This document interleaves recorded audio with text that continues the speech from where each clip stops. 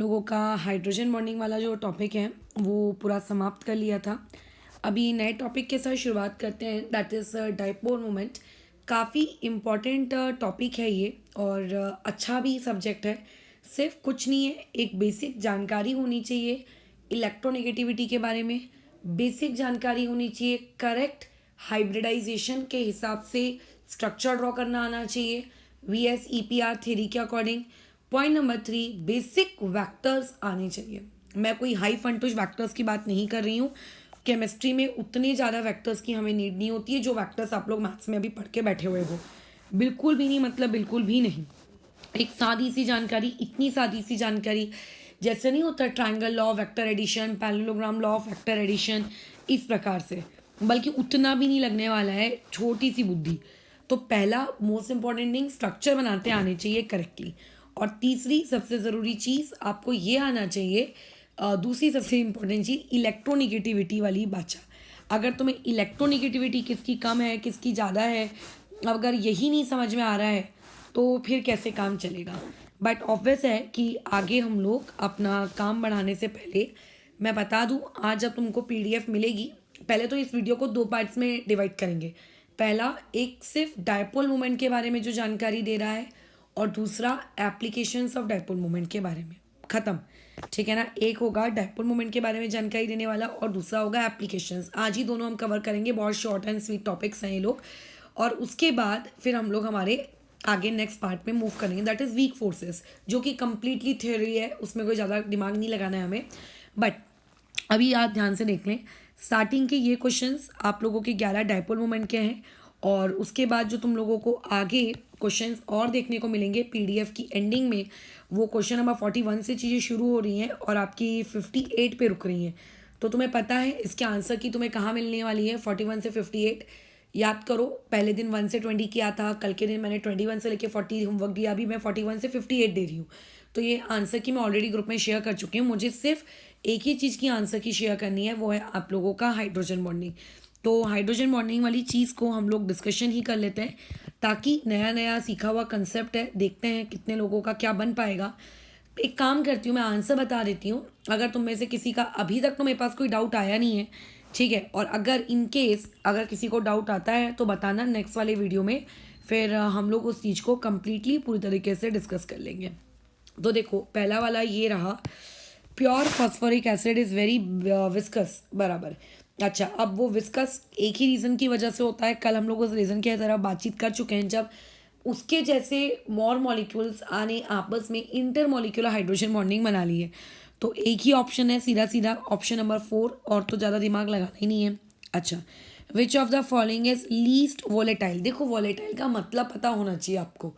Volatile मतलब जो उड़ जाता है, ठीक है, जो इवेपोरेट हो जाता है। और नॉन वोलेटाइल मतलब जो इवेपोरेट नहीं हो पाता ईजिली, राइट। तो वो बोल रहा है लीस्ट वोलेटाइल। अब अपनी छोटी सी दिमाग चलाओ, जो मॉलिक्यूल्स आपस में होल्डेड रहेंगे, ठीक है, और अगर आप उन होल्डेड मॉलिक्यूल्स को लेट्स से एनर्जी सप्लाई कर रहे हो, तो वो जो एनर्जी सप्लाई होगी पहले वो उनके हाइड्रोजन बॉन्ड को तोड़ने में जाएगी, और फिर जब आप और सफिशिएंट एनर्जी दे दोगे तब वो उसको वेपराइज करने के लिए निकलेगी कि जाओ तुम जाके इवेपोरेट हो।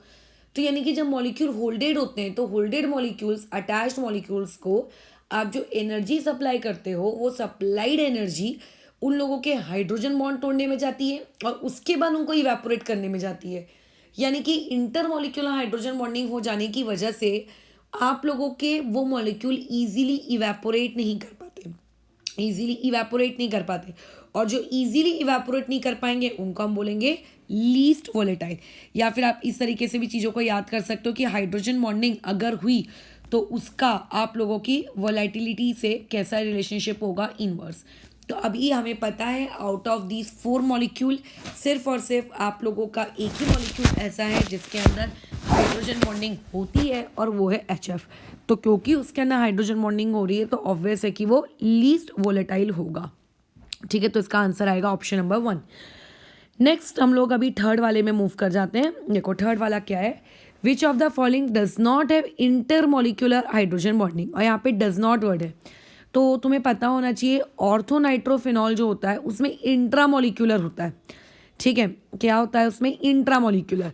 तो यहाँ पे सीधा सीधा ही आंसर आ गया। क्या होता है ऑर्थोनाइट्रोफिनॉल, जरा देखें तो जरा एक नज़र।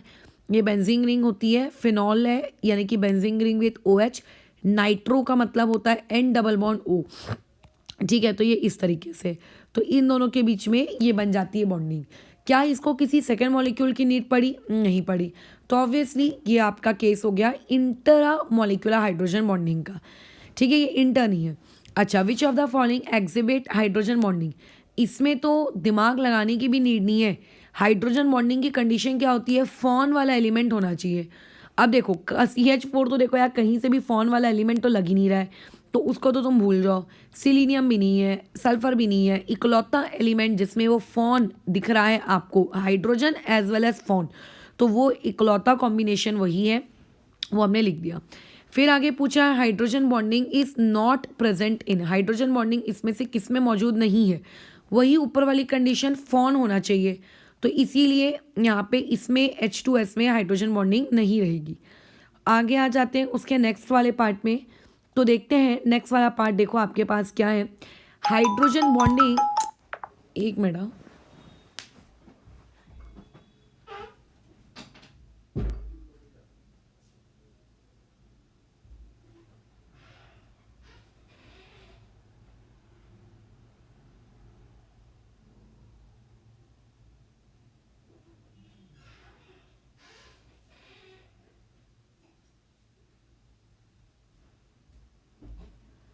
चलो कंटिन्यू करते हैं।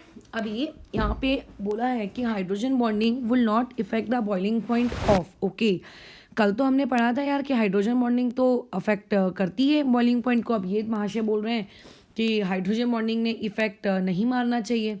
तो चेक करते हैं। देखो अमोनिया यानी कि NH3, इसके अंदर तो हाइड्रोजन बॉन्डिंग होने वाली है, तो ऐसे केस में आप NH3 को तो नहीं बोल सकते यार कि तेरे अंदर अफेक्ट नहीं होगा बॉइलिंग पॉइंट। होता है, हाइड्रोजन बॉन्डिंग से बॉइलिंग पॉइंट तो अफेक्ट होता ही है। तो इसका मतलब जिसके अंदर हाइड्रोजन बॉन्डिंग नहीं होगी उसके बॉइलिंग पॉइंट को कोई फर्क नहीं पड़ने वाला है। तो देयरफॉर HI इसके अंदर हाइड्रोजन बॉन्डिंग ही नहीं होती, so therefore 6 will be a correct answer. Which of the following compound has maximum number of hydrogen bonds पर मोल? तो देखो पर मोल सबसे ज़्यादा किसके पास रहेंगे? एज यू नो कि H2O, इसके अंदर तो हाइड्रोजन बॉन्डिंग ही नहीं है, इसको तो पहले ही हटा दो। हाँ, और इसके अंदर भी हाइड्रोजन बॉन्डिंग नहीं है, तो ये पहले ही हट गया। अब आपके बचते हैं 2 ऑप्शन। अब लोगों को इसीलिए कंफ्यूज होता है क्योंकि उनको लगता है कि H2O में 2 हाइड्रोजन और 2 लोन पेयर है तो 4 होंगे, जो कि होते भी हैं। बट उनको ऐसा लगता है कि HF में फ्लोरीन के ऊपर तो 3-3 लोन पेयर है, तो 3 लोन पेयर और 1 हाइड्रोजन की वजह से यहाँ पे भी 4 होने चाहिए। बट ये क्लास के दौरान ही हमने डिस्कशन किया है कि HF के अंदर मात्र हाइड्रोजन बॉन्डिंग की मदद से सिर्फ 2 ही बॉन्ड बनते हैं। तो सबसे ज़्यादा आपको नंबर ऑफ बॉन्ड्स किस में मिलेंगे? आपको H2O में मिलेंगे। ठीक है, तो इसका करेक्ट आंसर होगा H2O। फिर आगे पूछा गया है कि H2O इज लिक्विड लेकिन hydrogen sulphide is a gas. ये तो बल्कि कल क्लास में हमने डिस्कस भी किए हैं। इसका रीज़न है हाइड्रोजन बॉन्डिंग। ठीक है, इसका रीज़न है हाइड्रोजन बॉन्डिंग। तो बिना सोचे समझे थर्ड ऑप्शन को मार्क करो और बाकी ऑप्शंस की तरफ तो आंख उठाना भी नहीं। अच्छा, उसके बाद which of the following compound would have significant intermolecular hydrogen bonding? मतलब इंटरमोलिकुलर हाइड्रोजन बॉन्डिंग होनी चाहिए। तो देखो CH4 में तो हाइड्रोजन बॉन्डिंग ही नहीं होती, ये ऑप्शन काट दीजिए। अच्छा, और किस में हाइड्रोजन बॉन्डिंग नहीं होगी? N2O4 में नहीं होगी क्योंकि हाइड्रोजन ही नहीं है, तो हाइड्रोजन बॉन्डिंग का तो सवाल ही पैदा नहीं होता। चलो, इसको भी हम लोगों ने काट दिया। अब आ जाते हैं यहाँ पे भी देखो CH4 है, तो यहाँ पे भी नहीं होगी, एक ही ऑप्शन बचता है ये, तो so correct answer will be third. तो देखो मैंने पूरा ही डिस्कशन कर लिया है, इसमें तुम लोगों के लिए कुछ छोड़ा ही नहीं कि अच्छा ठीक है तुम जब करोगे तो अपने डाउट बता देना। तो ये वाला पार्ट तो हम लोगों ने डिस्कस कर लिया, लेकिन जो मैंने स्टार्टिंग के आप लोगों को क्वेश्चन दिए हुए थे 21 से लेके 40 तक, इसका मैं डिस्कशन नहीं कर रही हूँ। इसमें एक इंसान जो पूछेगा उसको मैं उतना बताऊँगी, बिकॉज इसकी ऑलरेडी मैंने आंसर की शेयर कर चुकी हूँ। तो again again again again discussion करने का कोई सेंस नहीं बैठता है। आप पूछो, मैं बिल्कुल बताऊंगी, क्योंकि पेपर आपने देना है। अगर आपको ही कोई इंटरेस्ट नहीं है पूछने में डाउट्स, तो फिर मैं ज़बरदस्ती क्यों इंटरेस्ट डेवलप करती बैठूँ, है ना? तो वो तुम्हारे अंदर होना चाहिए। और उसके बाद आज हमारा जो काम है उस काम मतलब डायपोल मोमेंट, इस डायपोल मोमेंट के स्टार्टिंग में आप लोगों को दे दिए गए डायपोल मोमेंट के 11 सवाल हैं। पार्ट 1 पार्ट 2 दोनों वीडियोस देखने के बाद उन 11 सवालों को अटेम्प्ट करना। सिर्फ ऐसा नहीं कि डायपोल मोमेंट का वीडियो दे दिया, देख लिया, उसके बाद कर लिया। एप्लीकेशन वाला पार्ट भी देखो और फिर अटेम्प्ट करना। चलिए तो आगे बढ़ते हैं। तो पहले तो हम लोग ना चीज़ों को रिवाइज कर लेते हैं, ठीक है। फर्स्ट ऑफ ऑल हम लोग चीज़ें क्या कर लेते हैं, रिवाइज कर लेते हैं। क्या रिवीजन क्या करने वाले हैं, बस जो अभी तक हम लोगों ने पढ़ते आए हैं बेसिक केमिस्ट्री को हम लोग रिवीजन में डाल देते हैं। देखिए क्या कहती है आपकी ये बेसिक केमिस्ट्री रिवीजन के लिए कि छोटे स्टैंडर्ड से ही भले when you were in 9th standard, तो उस ज़माने से अभी तक आप लोगों ने कम से कम एक चीज़ ज़रूर सीखी है। वो एक चीज़ ये सीखी है कि आप लोगों को इतना तो पता है कि अगर हमारी जो ये केमिकल्स की दुनिया में जो बॉन्ड्स होते हैं वो बेसिकली आपके दो टाइप्स के होते हैं। एक होता है आप लोगों का आयोनिक बॉन्ड और दूसरे हो जाते हैं आप लोगों के पास कोवैलेंट बॉन्ड। अब कई लोगों के सेंटिमेंट्स हर्ट होंगे कि अरे इसमें आपने मेटालिक बॉन्ड का नाम क्यों नहीं लिया, ठीक है, एक्सेट्रा एक्सेट्रा, उनको लगेगा और उनको लगेगा और। बट देखो मुझको तुम लोगों को उन सारे बॉन्ड्स के बारे में बताने की नीड अभी नहीं है, देयरफॉर मैंने नहीं लिया। अब इसमें तुम इतना तो जानते हो कि आपके आयोनिक बॉन्ड बनते कब हैं। हाँ हमें पता है आयोनिक बॉन्ड तब आप लोगों के क्रिएट होते हैं जब जब आपके जो दो एलिमेंट्स के जो एटम्स होते हैं, लेट्स से एक एटम ए है और लेट्स से एक दूसरा एटम बी है, ये एटम ए अपने अंदर से इलेक्ट्रॉन को कंप्लीटली क्या कर देता है, निकाल फेंकता है, लूज कर देता है। और ये एटम बी अपने अंदर उस लूज किए हुए इलेक्ट्रॉन को कंप्लीटली अपने अंदर क्या कर लेता है, गेन कर लेता है, जिसकी वजह से आपके ए पे पॉजिटिव चार्ज क्रिएट होता है, बी पे नेगेटिव चार्ज क्रिएट होता है। इन दोनों के बीच में electrostatic force of attraction exist करता है और यहाँ से आप लोग कहते हो कि हाँ करके मेरा आयोनिक बॉन्ड क्रिएट हो गया। बट कोवैलेंट बॉन्ड में ऐसा नहीं होता। कोवैलेंट बॉन्ड में अगर आपके पास दो एलिमेंट्स हैं और उन दो एलिमेंट्स के अगर आपके पास एटम है, let's say you have atom A, let's say you have atom B, तो एलिमेंट ए का जो एटम ए है अगर तुम उसको बोलोगे कि तुम ना पूरी तरीके से इलेक्ट्रॉन को लूज कर दो या बी को बोलोगे तुम लूज कर दो, तो एटम ए और एटम बी दोनों ही इलेक्ट्रॉन को लूज नहीं करते। यानी कि यहाँ पे कोई भी आप लोगों का no complete loss of electron, कोई भी यहाँ पे कंप्लीटली लॉस ऑफ इलेक्ट्रॉन भी नहीं होता है और नीदर यहाँ पे आप लोगों का कंप्लीटली क्या होता है, गेन ऑफ इलेक्ट्रॉन। यहाँ पे ना तो कोई एक स्पीशीज कंप्लीटली इलेक्ट्रॉन को लूज करती है, ना ही तो कोई स्पीशीज इलेक्ट्रॉन को कंप्लीटली क्या करती है, गेन करती है। यहाँ पे सिंपली ये चीज़ होती है, इलेक्ट्रॉन्स दो एटम्स आपस में क्या करते हैं, शेयरिंग करते हैं। दो एटम्स आपस में अपने अपने इलेक्ट्रॉन्स को शेयर करते हैं। तो देखो हमारी उन एटम से उम्मीदें क्या होती हैं, हमारी एटम से उम्मीद होती है, हमारी एक्सपेक्टेशन होती है कि चलो एटम ए बोलता है कि मैंने तुझको अपना एक इलेक्ट्रॉन दिया, एटम बी बोलता है मैंने तुझको अपना एक इलेक्ट्रॉन दिया, और एटम ए और बी ने जो शेयर्ड इलेक्ट्रॉन है उन शेयर्ड इलेक्ट्रॉन को उन्होंने एक एग्रीमेंट तैयार किया कि देख आफ्टर शेयरिंग ये जो आपके बॉन्डेड इलेक्ट्रॉन है, इन बॉन्डेड इलेक्ट्रॉन ने रहना चाहिए सेंटर में, ठीक है। उन्होंने अपने बीच में एक रेंट एग्रीमेंट बनवा लिया कि चलो अभी इलेक्ट्रॉनिक कौन सा एग्रीमेंट बोलेंगे, शेयर्ड एग्रीमेंट बना दिया।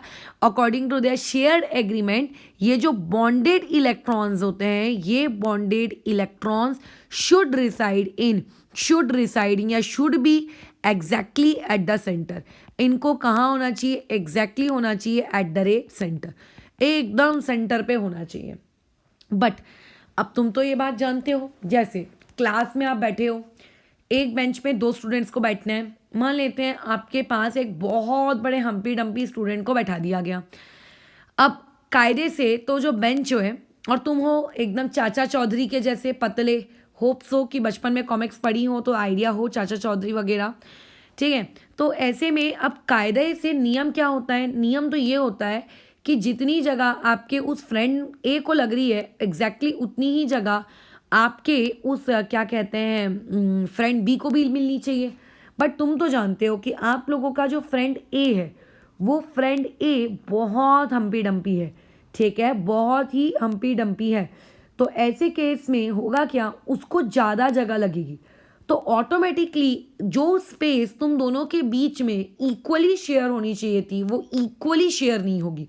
ठीक है, बॉन्डेड इलेक्ट्रॉन एग्जैक्टली सेंटर पे होना चाहिए था और क्या होना चाहिए था, इक्वली शेयर होना चाहिए था, ऐसी हमारी एक्सपेक्टेशन थी। लेकिन रियलिटी हमारी एक्सपेक्टेशन से बहुत दूर निकली। रियलिटी ये कहती है कि इलेक्ट्रॉन जो है वो अनइक्वली शेयर होंगे। अब ये अनइक्वल शेयरिंग ऑफ इलेक्ट्रॉन आखिर क्यों होगा? रीज़न ये है कि अगर उनमें से कोई एक एटम अगर उनमें से कोई एक एटम हम्पी डम्पी है तो वो उस बेंच पे अपना ज़्यादा अधिकार जमाएगा as compared to you who are Chacha Chaudhary like, right. But अगर कोई एटम ए कमज़ोर है तो बेचारा बोलेगा यार मेरे को ज़्यादा जगह नहीं चाहिए, मैं उतनी सी जगह में एडजस्ट हो जाता हूँ, रहने दे।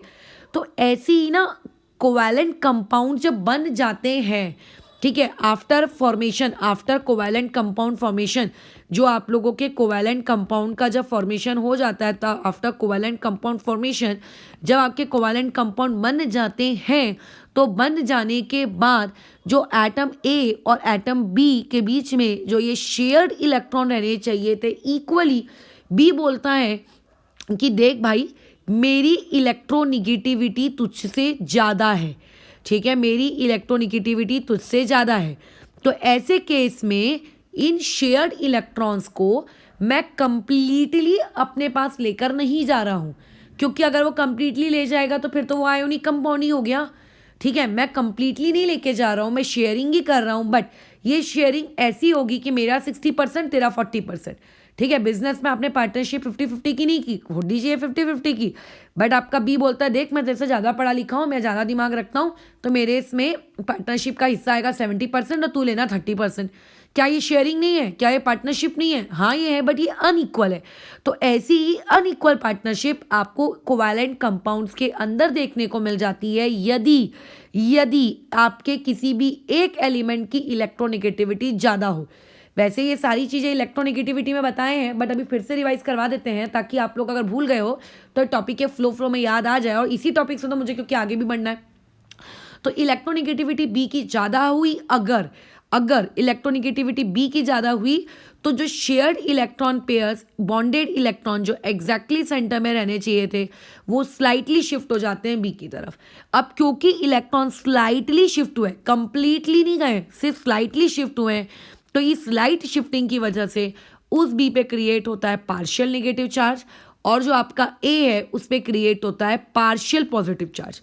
याद रखना, जब आप इस बारे में बातचीत करते हो आयोनिक कंपाउंड्स के बारे में, तो आयोनिक कंपाउंड्स में कोई पार्शियल पॉजिटिव या कोई पार्शियल नेगेटिव नहीं होता है, वहाँ पे कंप्लीट पॉजिटिव होता है या तो कंप्लीट नेगेटिव होता है। लेकिन जब आप इसके बारे में बात कर रहे हो, किसके बारे में? आपके कोवैलेंट कंपाउंड्स में, और कोवैलेंट कंपाउंड्स में भी अगर आपके दो एटम्स अलग अलग हैं, दोनों की इलेक्ट्रोनेगेटिविटी में थोड़ा सा भी अगर डिफरेंस है, तो वो थोड़ी सी डिफरेंस भी क्या क्रिएट कर सकता है? चार्जेस क्रिएट कर सकता है। ठीक है, अब जैसे मान कर चलते हैं ए की अगर इलेक्ट्रोनेगेटिविटी ज़्यादा होती तो यही जो बॉन्डेड इलेक्ट्रॉन्स हैं ए की तरफ शिफ्ट हो जाते हैं। इससे कहने का मतलब ये है कि इलेक्ट्रॉन्स का कोई बी के प्रति कोई पर्सनल लगाव नहीं है, उनको बस उस तरफ शिफ्ट होना है जिस तरफ वो शिफ्ट होना चाह रहे हैं। ठीक है, उन्हें जिस तरफ शिफ्ट होना है, जिनकी इलेक्ट्रोनेगेटिविटी ज़्यादा है, पर्सनल उनकी कोई मर्जी नहीं है कि अरे मेरे को बी अच्छा लगता है, बी की तरफ चलता हूँ। तो अब इसकी वजह से ए पे पार्शियल नेगेटिव आ जाएगा और आपके बी पे पार्शियल पॉजिटिव आ जाएगा। तो तुम यहाँ से एक चीज़ देखो कि ड्यू टू आप लोगों का, ये मैं स्टेटमेंट लिख सकती हूँ, ड्यू टू इलेक्ट्रोनेगेटिविटी डिफरेंस की वजह से आप लोगों के पास जो कोवैलेंट कंपाउंड्स होते हैं, in covalent compound charges are developed. ठीक है, कंप्लीट पॉजिटिव नहीं बना, ना ही कंप्लीट नेगेटिव बना, बट चार्जेस तो डेवलप हो गए ना। जैसे आपने 10th में पढ़ा होगा और अभी आगे 12th की फिजिक्स में भी पढ़ोगे कि अगर एक इंडक्शन करके एक प्रोसेस होती है, इलेक्ट्रोमैग्नेटिक इंडक्शन, राइट, तो वो जो पर्टिकुलर चीज़ है उसके अंदर कोई चार्ज या कोई मैग्नेटिक फील्ड नहीं होती, बट बाजू में क्योंकि रोटेटिंग मैग्नेटिक फील्ड होती है, तो उसके रोटेटिंग मैग्नेटिक फील्ड की वजह से वो भी आप मैग्नेटिक फील्ड के जैसे बिहेव करने लगती है, इंड्यूस हो जाती है। तो इसी इलेक्ट्रोनेगेटिविटी डिफरेंस की वजह से जो कोवैलेंट कंपाउंड्स होते हैं उनमें चार्जेस डेवलप हो जाते हैं, और इसी चार्जेस के डेवलप होने को हम लोग कहते हैं, अभी आपके आज की क्लास से, डाइपोल फॉर्म हो गए। यानी कि अगर कोई तुमसे पूछेगा what do you mean by the term dipole, then it will be known as development of charge, then it will be known as what, development of charge। ठीक है, it will be known as development of charge। क्या हुआ, charge का develop होना, क्या कहलाएगा वो, charge का डेवलप होना। चार्ज का डेवलप होना ही क्या कहलाता है आप लोगों का, डाइपोल कहलाता है। क्या कहलाता है, डाइपोल कहलाता है। तो होप सो डाइपोल मोमेंट, ये जो हमारा टॉपिक है मोमेंट, इसमें से जो डाइपोल वर्ड है उसका मतलब समझ गया है, अब मोमेंट भी समझ में आ जाएगा जब इतना समझ में आ गया है। तो चलो आगे बढ़ते हैं। तो डाइपोल फॉर्म हो गया, ओके, चार्जेस क्रिएट हो गए, चार्जेस डेवलप हो गए। अब मान लेते हैं आप लोगों के पास दो स्पीशीज़ है, आप लोगों के पास दो स्पीशीज़ है, एक है ए बी, ठीक है, एक है एक्स वाई। ए बी एक दूसरे, नहीं ऐसा करते हैं, रुको रुको रुको रुको, ऐसा करते हैं, ए बी और एक ले लेते हैं ए सी, ऐसा करो। अब मैं कह रही हूँ यहाँ पे भी चार्ज क्रिएट हो गया पार्शियल पॉजिटिव, यहाँ पे भी क्रिएट हो गया पार्शियल नेगेटिव, यहाँ पे क्रिएट हुआ पार्शियल पॉजिटिव, यहाँ पे क्रिएट हुआ पार्शियल नेगेटिव। अच्छा, ए और बी के बीच में एक सर्टेन डिस्टेंस तो होगा ही होगा, ऑब्वियस है, ए और सी के बीच में भी एक सर्टेन डिस्टेंस तो होगा ही होगा। अब अगर मैं तुमसे ये कहूँ कि यहाँ पर डाइपोल क्रिएट हुआ क्या, I am asking you a question, क्या यहाँ पे डाइपोल क्रिएट हुआ, तो तुम बोलते हो कि यस, यहाँ पे आप लोगों का जो है वो डाइपोल फॉर्म हुआ, आप लोगों के केस नंबर 1 में डाइपोल फॉर्म हुआ। मैं कहती हूँ कि सेकंड केस में भी डाइपोल फॉर्म हुआ, तुम बोलोगे हाँ हाँ सेकंड केस में भी डाइपोल फॉर्म हुआ। मैंने अब तुमसे ये पूछा विच डाइपोल इज स्ट्रॉन्ग, मैंने तुमसे ये पूछा विच डाइपोल इज स्ट्रॉन्ग। ये ऐसी बात हो गई जैसे दो स्टूडेंट्स आमने सामने बैठे हैं, पहला स्टूडेंट बोलता है कि मैं भी पास हो गया और दूसरा स्टूडेंट बोलता है कि मैं भी पास हो गया। एंड नाउ अब आप लोगों को ये डिसाइड करना है कि कौन से स्टूडेंट के ज़्यादा मार्क्स आए हैं, ठीक है, कौन सा स्टूडेंट ज़्यादा मार्क्स के साथ पास हुआ है। सो फॉर दैट हम लोगों ने एक टर्म निकाल के रखा है, that term is known as percentage. हम परसेंटेज देखते हैं कि ओवरऑल परसेंटेज किसके ज़्यादा आए हैं, जिसके ज़्यादा आए होंगे उसको हम लोग अपने इंडियन एजुकेशन सिस्टम में कहते हैं कि आहा तू तो ज़्यादा होशियार स्टूडेंट है ना, क्या करे, यही अपना इंडियन एजुकेशन सिस्टम है, जितना ज़्यादा परसेंट मतलब वो स्टूडेंट उतना होशियार। बट ये हमेशा ऑलवेज ट्रू नहीं होती है चीज़ें, ठीक है। अच्छा, तो इसका मतलब अब हमको भी ये पता लगाना है कि देखो है तो तुम दोनों डाइपोल, बट तुम दोनों डाइपोल में से कौन सा डाइपोल ज़्यादा स्ट्रॉन्ग। तो अब हमको जैसे स्टूडेंट्स के बीच में कंपैरिजन करना होता है ना कि किस स्टूडेंट के ज़्यादा होशियार, तो हम निकालते हैं उसके परसेंटेज, हम एक कैलकुलेशन करते हैं और उस कैलकुलेशन से जो रिजल्ट आता है उस रिजल्ट के बेसिस पे हम बोलते हैं कि अरे यार देखो ये वाला स्टूडेंट तो ज़्यादा होशियार है, ये वाला स्टूडेंट कम होशियार है, बराबर ऐसी बातचीत करते हैं। तो वैसे ही अभी मुझको ये पता लगाना है कि कौन सा वाला डाइपोल आपका ज़्यादा ताकतवर है। तो कौन सा वाला डाइपोल ज़्यादा ताकतवर है मैं ये तभी पता लगा पाऊंगी जब मैं इनका डाइपोल की वैल्यू कैलकुलेट करूं। I have to calculate the magnitude, I have to calculate the magnitude of the above dipole. Magnitude का मतलब मैं बात कर रही हूँ वैल्यू की, मैं बात कर रही हूँ वैल्यू की ऑफ अबोव डाइपोल। ऊपर के डाइपोल का मैं क्या क्रिएट कर सकूं जब वैल्यू कैलकुलेट कर सकूं, और इसी डाइपोल की वैल्यू को जिस तरीके से कैलकुलेट किया जाता है, जो वैल्यू निकाली जाती है, उसी कैलकुलेशन को या उसी वैल्यू को हम लोग क्या कहते हैं, आपका डाइपोल मोमेंट कहते हैं। यानी कि जैसे मैंने तुमसे पूछा तुम्हारा वेट क्या है, तो वेट क्या है, वेट एक टर्म है जिसको सुनकर आपको ये पता चलता है कि we are talking about mass, ठीक है। अगर मैंने पूछा तुम्हारी हाइट कितनी फीट है, तो ये जो वर्ड होता है फीट, इसको सुनकर तुम्हें ये समझ में आ रहा है कि that we are talking about distance, I am talking about कि अभी कितना समय हुआ है, तो ये वर्ड होता है समय। इसको सुनकर आपके दिमाग में ये आता है कि अच्छा शी और he is talking about the time, कि ये टाइम के बारे में बातचीत कर रहे हैं। तो वैसे ही डाइपोल मोमेंट भी आप लोगों का एक प्रकार से केजी, मीटर, सेंटीमीटर, क्या नाम है, सेकेंड, मिनट, आवर्स के जैसी एक यूनिट है, ठीक है, एक टर्म है। जिस टर्म को सुनते बराबर एक इंसान के दिमाग में ये आता है कि अच्छा डायपोल मोमेंट मतलब क्या, डायपोल मोमेंट मतलब ये कि उस इंसान ने ज़रूर क्या किया है, कैलकुलेट किया है। क्या कैलकुलेट किया है कि कितना वैल्यू में आपके चार्जेस क्रिएट हो रहे हैं, या कितनी ताकत से आप वहाँ पे चार्ज क्रिएट कर पाए हो या कर सके हो या कर हुआ है, व्हाटएवर, उसको हम लोग कहते हैं डायपोल मोमेंट। तो डायपोल क्या होता है और डायपोल मोमेंट क्या होता है, ये दोनों डिस्कशन हम लोगों ने समाप्त कर लिए हैं।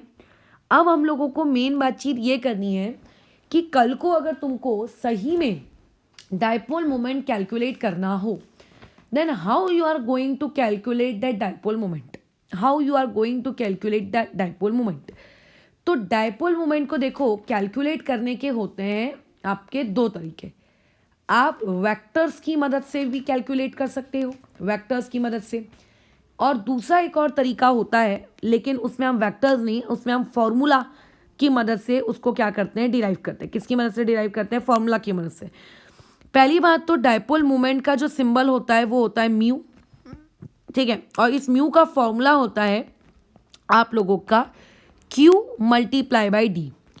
यहाँ पे Q का मतलब क्या है, जो चार्जेस क्रिएट हो रहे हैं, जो चार्जेस क्रिएट हो रहे हैं, जो चार्जेस क्रिएट हो रहे हैं, किस पे क्रिएट हो रहे हैं भाई, जो चार्जेस आपके डेवलप हो रहे हैं, जो चार्जेस वहाँ पे क्रिएट हो रहे हैं, उसे हम लोग कहेंगे। और डी का मतलब होता है distance between those two charges, उन दोनों चार्जेस के बीच का वो क्या कहता है, डिस्टेंस, और इन दोनों के मल्टीप्लिकेशन से हम लोग डायपोल मोमेंट कैलकुलेट करते हैं। आज की क्लास के लिए, या फिलहाल कह सकती हूँ मैं, इस टॉपिक के लिए इतनी जानकारी तुम्हें पता होना ये मैक्स है, इससे ज़्यादा मत जानकारी हासिल करो। तो charges multiply by distance is known as आप लोगों का डायपोल मोमेंट, बराबर, समझ में आ रही बात, इज नोन एज आप लोगों का dipole moment. I hope so कि यहाँ तक तुम्हें चीज़ें समझ में आ रही होंगी। अब आगे बढ़ते हैं। अब होता है ऐसा है कि देखो, अगर मुझको डायपोल मोमेंट मैंने लेट्स इमेजिन कैलकुलेट कर लिया, लेट्स इमेजिन मैंने डायपोल मोमेंट कैलकुलेट कर लिया, तो अब ये जो मैं डायपोल मोमेंट कैलकुलेट करूँगी, थोड़ा सा इस डायपोल मोमेंट की यूनिट्स के बारे में भी बात कर लेते हैं। तो अब जैसे कि फिजिक्स के स्टूडेंट हो, इतना तो पता होता है कि एक होती है एसआई यूनिट और एक होती है आप लोगों की सीजीएस यूनिट। तो पहले हम बात करते हैं सीजीएस यूनिट पर। सीजीएस यूनिट पे क्यों बात की जा रही है, क्योंकि कुछ इंपॉर्टेंट कंक्लूजन हम वहाँ से विड्रॉ करेंगे। क्या है वो इंपॉर्टेंट कंक्लूजन, हमें पता है कि डायपोल मोमेंट होता है mu equals to q multiply by d. CGS unit में चार्ज कितना होता है, जैसे मैं पूछूंगी एक इलेक्ट्रॉन पे चार्ज कितना होता है, तुम बोलोगे 1.6 इंटू 10 की पावर -19 कुलूम। मैं बोलूंगी सीजीएस में बोलो यूनिट्स के टर्म्स में चार्ज कितना होता है, तो तुम बोलोगे 4.8 इंटू 10 की power -10 ESU, electrostatic unit. ESU मतलब इलेक्ट्रोस्टैटिक यूनिट, नहीं भी बताया तो याद करते जाओ ये सारे जीके फैक्ट्स। और आप लोगों के सीजीएस यूनिट्स में डिस्टेंस की वैल्यू क्या होगी, आपको सेंटीमीटर में रखनी पड़ेगी। सीजीएस का मतलब ही होता है ना कि यूनिट सेंटीमीटर में होना चाहिए। तो हम अज्यूम करके चलते हैं कि डी हम लोगों का, यानी कि दो चार्जेस के बीच का जो डिस्टेंस है वो 1 एंगस्ट्रॉम था, और 1 एंगस्ट्रॉम को आप 10 की पावर -10 मीटर भी कह सकते हो, या फिर आप उसी 1 एंगस्ट्रॉम को 10 की पावर -8 सेंटीमीटर भी कह सकते हो। तो when we are talking about CGS unit, तो डिस्टेंस की जगह आएगा 10 की पावर -8 सेंटीमीटर, सच दैट कि मैंने दोनों के मल्टीप्लिकेशन वाले कैलकुलेशन किए और मल्टीप्लिकेशन वाला कैलकुलेशन आया 4.8 इंटू 10 की पावर -18 ESU सेंटीमीटर। अब तुम तो जानते हो कि हम लोग कितने आलसी खोर किस्म के प्राणी हैं, है ना, हमारा ह्यूमन का नेचर है। तो हम लोग क्या करते हैं, हमें आलसी आती है। तो जैसे हमें आलसी आती थी, तो हमने मोल कंसेप्ट वाले चैप्टर में 1/12 the mass of 1 carbon atom को पूरा लिखने की बजाय 1 AMU लिखना शुरू कर दिया।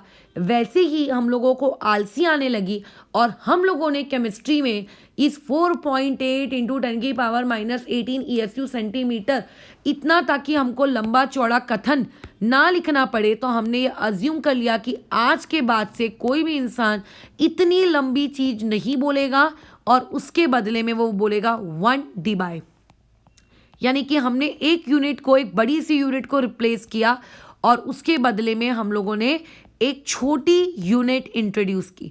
So what do you mean by the term 1 D by? जैसे कई बार आप डायपोल मोमेंट पढ़ोगे आगे, जैसे जैसे हमारी क्लास एप्लीकेशन वाले पार्ट में घुसेगी तो आप पाओगे mu equal to 4.8 D by capital D.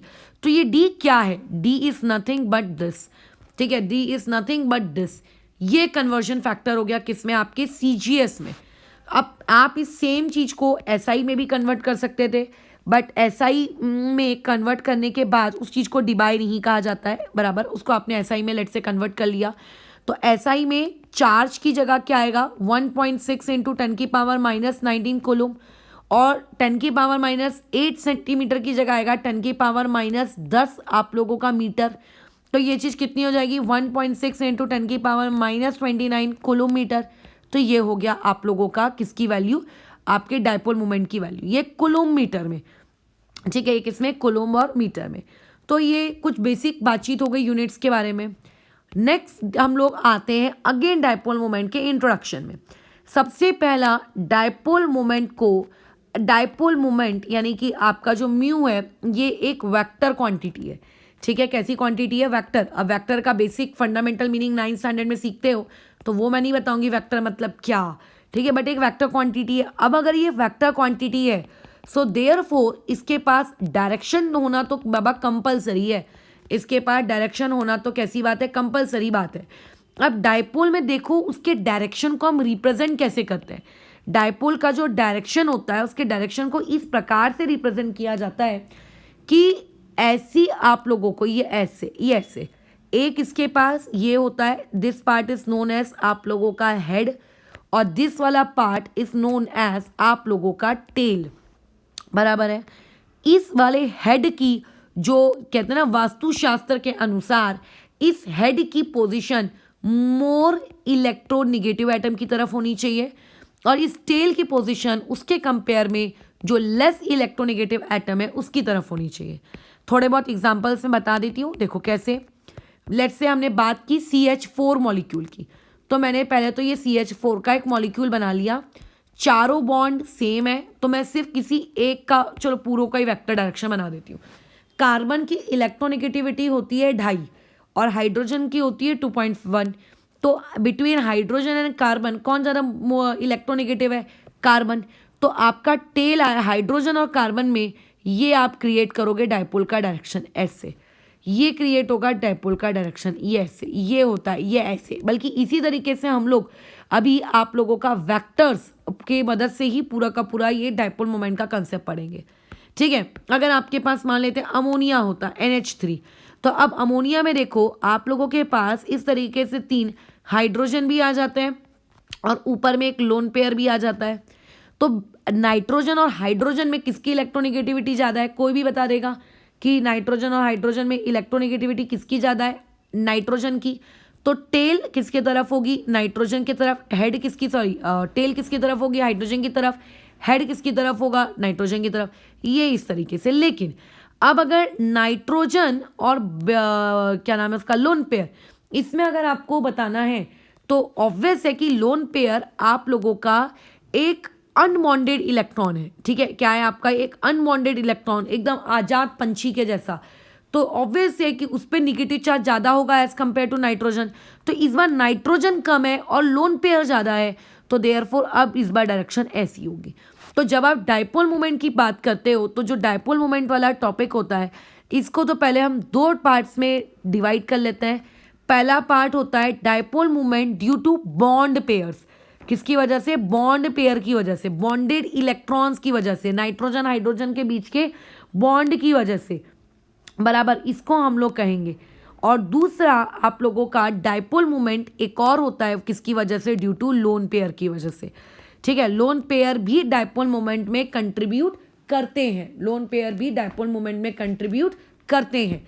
तो ये हमने एक रफ एस्टिमेट कर लिया डायपोल मोमेंट को लेकर, ठीक है। और उसके अलावा डायपोल मोमेंट कैलकुलेट कैसे करना है ये भी मैंने तुम्हें बता दिया।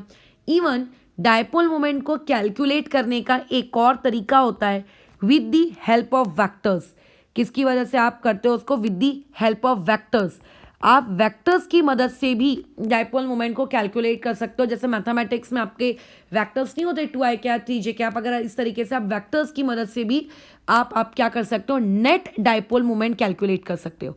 नेट डायपोल मोमेंट कैलकुलेट कर सकते हो। अब ये नेट डायपोल मोमेंट क्या है पहले तो ये समझते हैं, ठीक है। नेट डायपोल मोमेंट आप कैलकुलेट कर सकते हो, और जो नेट डायपोल मोमेंट आप कैलकुलेट करोगे उसका फॉर्मूला कुछ इस प्रकार से होगा।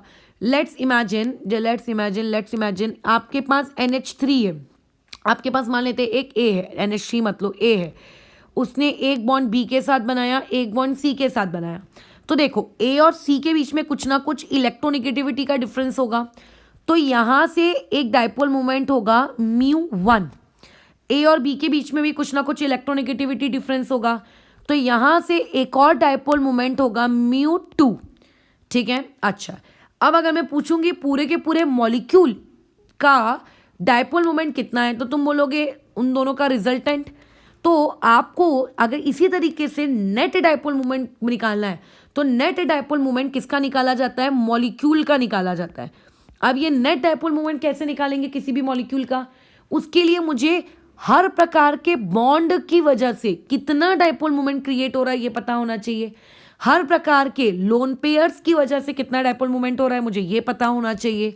सो देयरफॉर आप म्यू नेट अगर आपको निकालना है, और आप मान लेते हैं मैं कहती हूं कि A और C की वजह से जो डायपोल मोमेंट क्रिएट हो रहा है लेट इट बी P, और A और B की वजह से जो डायपोल मोमेंट क्रिएट हो रहा है लेट इट बी Q, तो जो मॉलिक्यूल का जो नेट डायपोल मोमेंट होगा वो नेट डायपोल मोमेंट का फॉर्मूला सिंपल सा होता है P² + Q² + 2 times of PQ cos theta. क्या होता है 2 times of PQ cos theta. अब यहाँ से साफ साफ दिख रहा है कि जो म्यू नेट है वो डायरेक्टली प्रोपोर्शनल है √ऑफ cos थीटा के, ठीक है। और अगर थोड़ी सी भी तुम्हारे अंदर अक्ल है तो इतना तो तुम्हें पता होगा कि अगर, ठीक है, अगर थोड़ी सी भी अक्ल है तो तुम्हें इतना तो पता होगा कि अगर आप थीटा को इंक्रीज करते हो तो ऐसे केस में आप लोगों का cos थीटा डिक्रीज हो जाता है। यानी कि जितना ज़्यादा उन दोनों वेक्टर्स के बीच में बॉन्ड एंगल मतलब एंगल होगा, आप लोगों का डायपोल मोमेंट उतना ही कम आएगा। अब किसी को हो सकता है मेरी ये वाली स्टेटमेंट नहीं पच रही है, ठीक है, तो इसको देखो एक एग्जांपल के थ्रू हम समझ सकते हैं।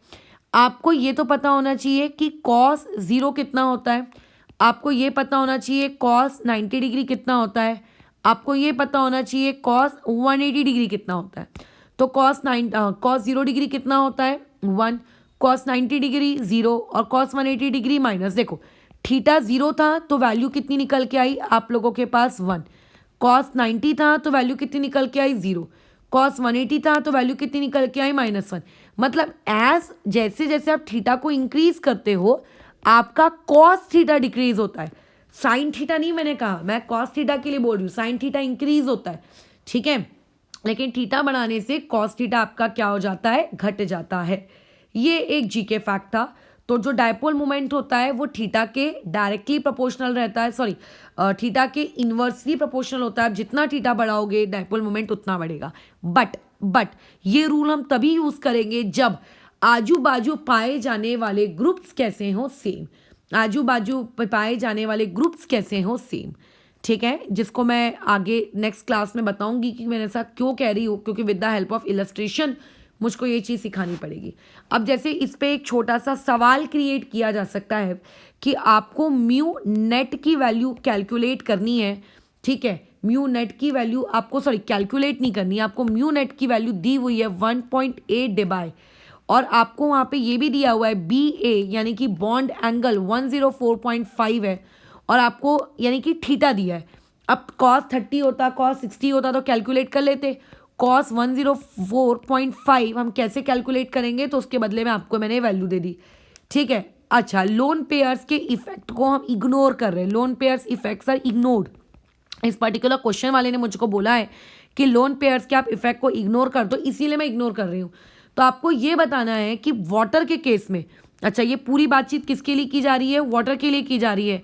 तो आपको ये बताना है मुझे कि उस वाटर का जो स्ट्रक्चर है, उस वाटर के स्ट्रक्चर का मुझे म्यूनेट दिया है, लोन पेयर का असर मुझे इग्नोर करने के लिए बोल रहा है। तो मुझको ये बताना है कि इस OH और इस OH के बीच में जो भी डायपोल मोमेंट की वैल्यू होगी वो वैल्यू कितनी होगी। नेट मुझको दिया है, मुझे अभी प्रिसाइसली ये बताना है कि OH में कितनी होगी। जितनी वैल्यू मेरी इधर होगी उतनी ही वैल्यू मेरी इधर होगी। तो सिंपल हम फॉर्मूला यूज करेंगे, क्या है 1.8 equal to under root of P square plus Q square. इधर P आपका OH भी है और Q भी आपका OH है, तो वो कितना हो जाएगा, अगर मैं एक डायपोल मोमेंट को x मान लूँ तो वो हो जाएगा 2 times of x square plus 2 into P into Q, तो कितना हो जाएगा 2 times of x square into cos कितना 104.5, जिसकी वैल्यू आपको दी हुई है। कितनी दी हुई है कैलकुलेट करके देख लेते हैं, 2x square plus 2 times of x square और ये -0.25, ये दी हुई है -0.25। ठीक है, अभी 2x स्क्वायर और 2x स्क्वायर गधे के समान ऐड मत कर देना उसको, ठीक है, गधे के जैसे उसको ऐड मत कर देना।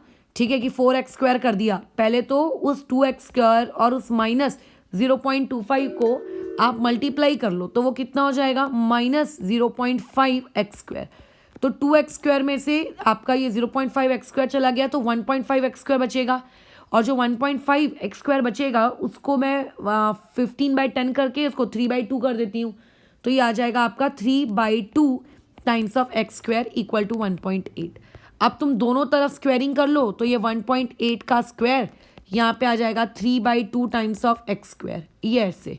फिर 1.8 18 का स्क्वायर कितना होता है, सादी सिंपल सी गणित है, 18 इंटू 18 324, और पॉइंट उसमें लगा दो, यानी कि 3.24 into 2/3 equal to x square.